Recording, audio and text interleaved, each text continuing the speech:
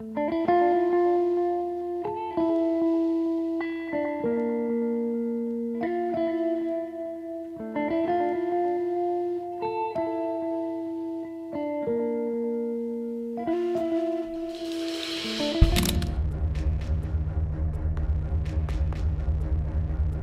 political storm is reportedly brewing inside the Trump administration over Homeland Security Secretary Kristi Noem. Reports suggest that Donald Trump is weighing whether to remove Noem amid turmoil linked to Corey Lewandowski. A Bulwark report said that Trump is considering firing Kristi Noem over the turmoil created by her partnership with longtime Trump operative Corey Lewandowski. As per the report, Trump's advisors are alarmed by Lewandowski's growing influence and erratic behavior. His close partnership with Noem has become a constant source of chaos inside the Department of Homeland Security.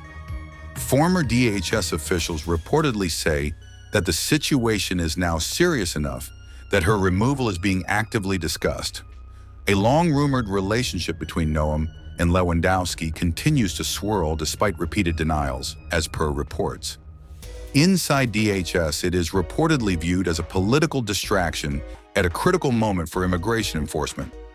Operational concerns have deepened after the pair approved buying Spirit Airlines jets without engines. Officials were stunned to discover that the planes weren't fully owned by the airline and were unusable. Lewandowski's role is also raising alarms because he is only an unpaid advisor with strict time limits. Despite that, he reportedly travels with Noem, sits in on personnel decisions, and shapes policy strategy. Reports say that his work hours are now being reviewed to determine if legal boundaries have been crossed. Frustration inside DHS has grown, with some staff warning the duo's decisions could destroy this place, as per reports. Advisors close to Trump have begun floating potential replacements if Noem is removed. One name gaining traction is outgoing Virginia Governor Glenn Youngkin as a possible successor, as per reports. However, the White House has strongly denied any plan to replace Noem at Homeland Security. White House Deputy Press Secretary Abigail Jackson dismissed the reports as fake news and praised Noem for advancing Trump's agenda. Mr. President, thank you for giving me a very interesting job. Some days it's a little controversial too, but it's been an honor to work for you. You are a great American.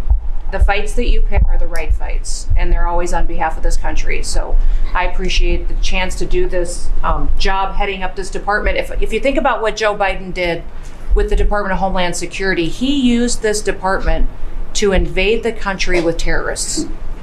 He opened up the borders, let anybody come in that wanted to. He put them on airplanes. He let them through our airports. If they could figure out a way to get to our shores and in our country, he just opened the door and invited them in. So it's our job to get them out. And I want to thank you for this team, because I look around the table and I think every single person here has helped me do my job over the last year. They've supported us at the border and given us resources. Marco negotiates all the travel documents and relationships with other countries to take their people home. 2 million people have gone home already. The people that were here illegally, you've removed from our country and sent home. And we're going to send more home for the holidays too, and make sure that they get to be with their families in their countries. Yes. Mostly the bad ones. That's right. Pam. Focus is the bad ones. That's right. And there are a lot of them. Terrible, horrible people. And Pam makes sure she's fighting for us in court so that we can get up every day and be bold. We're going to hire our 10,000th ICE officer. Will be on the job within 10 days. So we have hired 10,000. We've had hundreds of thousands of applications. We've got within the department, TSA went through this government shutdown without any delays. They all showed up for their shifts and worked hard doing security. And they have been absolutely fantastic. Sir, you made it through hurricane season without a hurricane. Yeah. And so FEMA, you kept the hurricanes away. So we appreciate that. And FEMA is deploying resources and dollars 150% faster than ever before. So somebody does have something bad that happens to them, you are immediately there helping them and telling them they have the resources to get back up on their feet. So we have built and deployed hundreds of miles of border already. You have cut the fentanyl flow over the southern border by over 56%. You've saved hundreds of millions of lives with the cocaine you've blown up in the Caribbean. And, you told me to look into Minnesota and their fraud on visas and their programs. 50% of them are fraudulent, which means that wacko Governor Walz either is an idiot or he did it on purpose. And I think he's both, sir. He brought people in there illegally that never should have been in this country, said they were somebody that they're not. They said they were married to somebody who was their brother or somebody else. Fraudulent visa applications, signed up for government programs, took hundreds of billions of dollars from the taxpayers, and we're going to remove them and we're going to get our money back. And we're going to, this next year, make sure that we only put people in leadership positions in this country that love this country and have its back. So thank you for letting us get up every day and have a purpose. We appreciate you. Appreciate it. Mr. President, you're exactly right. We are saving this country. We're doing it one Main Street at a time, and we're doing it at record speed and at record levels. Under your leadership, small business optimism, according to the U.S. Chamber Index for small businesses, has reached an all-time high in the history of that index. So on Main Street, the economy is coming back thanks to your leadership, thanks to getting Biden inflation under control.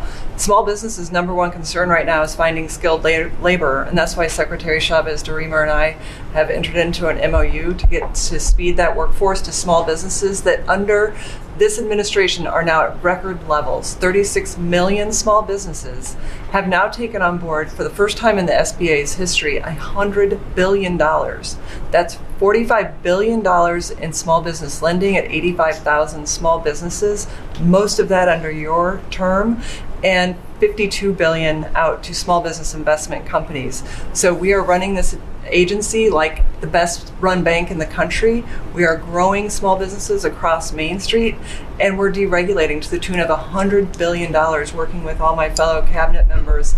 And thank you for putting together the best cabinet in history. Iron sharpens iron. And thank you for bringing such a strong leadership group together. And then finally, I've walked factory floors from Alaska to Maine, and the workers, the small businesses, most manufacturers in this country are small businesses, 600,000 of them.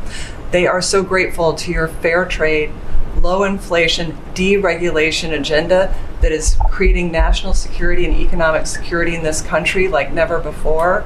And so I want to also finally thank you for bringing faith back to the White House, to this administration. I want to thank Brooke for hosting the Cabinet Bible Study and invite everyone tomorrow to Bible study and making this country something that we can be so proud of under your leadership. And I am so blessed and honored to be part of this team. So thank you, Mr. President.